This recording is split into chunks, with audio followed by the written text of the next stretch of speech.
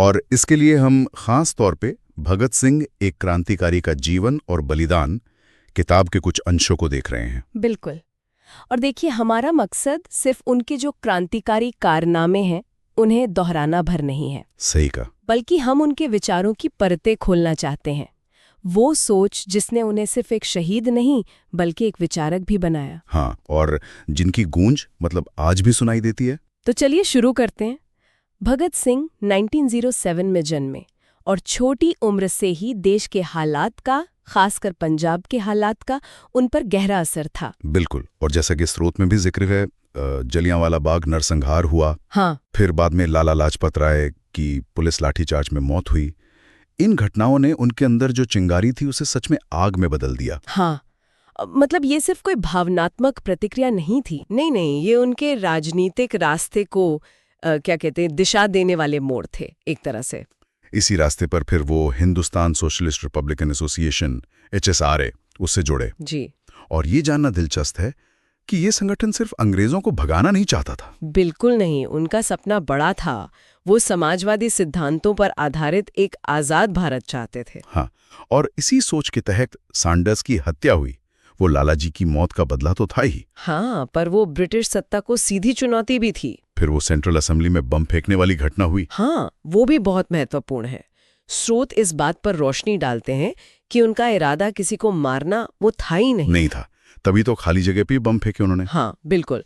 असल मकसद तो बहरी हो चुकी ब्रिटिश हुकूमत के कानों तक अपनी आवाज पहुंचाना था। एक नाटकीय विरोध प्रदर्शन था वो। ये दिखाता है कि वो सिर्फ हिंसा में यकीन नहीं रखते थे। नहीं, वो प्रतीकात्मक कार्रवाई की ताकत को समझते थे, सिंबोलिज्म को। फिर उनकी गिरफ्तारी हुई, और गिरफ्तारी के बाद का जो दौर है, शायद वो उनके वैचारिक सफर का सबसे अहम हिस्सा है। हाँ, कह सकते हैं।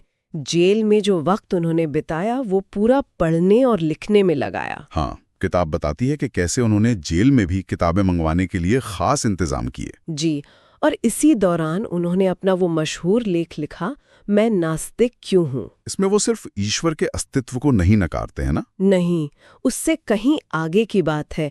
स्रोत बताते हैं कि वो तर्क, विवेक और वैज्ञानिक सोच को अपनाने की वकालत कर रहे थे, अंधविश्वास पर सवाल उठा रहे थे। और ये तो उनके विचारों की बस एक झलक है। बिल्कुल, वो लगातार सामाजिक बराबरी की बात कर रहे थे, धर्मनिरपेक्षता की बात कर रहे थे। उनके लिए आजादी का मतलब सिर्फ राजनीतिक स्वतंत्रता नहीं था। नहीं, मतलब एक ऐसा समाज बनाना जहां जाति, धर्म या वर्ग के आधार पर कोई भेदभाव ना हो। उनका समाजवाद इसी गहरी सोच से जुड़ा था। हाँ। फिर आया वो दिन, 23 मार्च 1931। भगत सिंह, सुखदेव और राजगुरु को फांसी दे दी गई। जी। और उनकी शहादत ने तो पूरे देश में जैसे एक तूफान खड़ा कर दिया। लेकिन यहाँ एक सवाल उठता है, क्या इस शहादत ने उनके विचारों को कहीं पीछे छोड़ दिया, ढक दिया? ये पेचीदा सवाल है।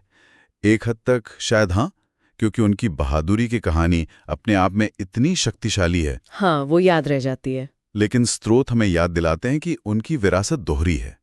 शहादत ने यकीनन आज़ादी की लड़ाई को नई ऊर्जा दी, खासकर युवाओं को बहुत प्रेरित किया। हाँ, वो तो है। पर साथ ही उन्होंने ये सोचने पर भी मजबूर किया कि असली आज़ादी के लिए सामाजिक और वैचारिक क्रांति भी उतनी ही जरूरी है। तो इन अंशों को देखें तो हम कह सकते हैं कि भगत सिंह सिर्फ एक एक्शन हीरो नहीं थे। बिल्कुल नहीं, वो एक गहरे विचारक थे जिनके सरोकार राजनीतिक आजादी से कहीं आगे थे।